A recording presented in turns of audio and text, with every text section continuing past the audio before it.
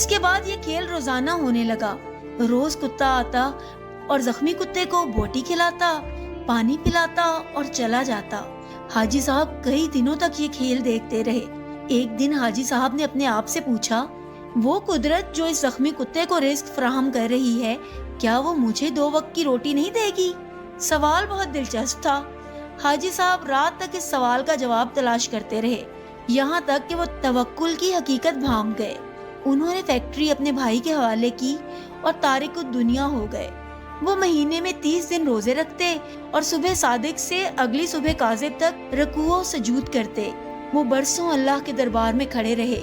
اس عرصے میں اللہ انہیں رزق بھی دیتا رہا اور ان کی دعاؤں کو قبولیت بھی بخشتا رہا، یہاں تک کہ وہ صوفی بابا کے نام سے مشہور ہو گئے اور لوگ ان کے پاؤں کی خاک کا تعویذ بنا کر گلے میں ڈالنے لگے۔ لیکن پھر ایک دوسرا واقعہ پیش آیا اور صوفی بابا دوبارہ حاجی صاحب ہو گئے۔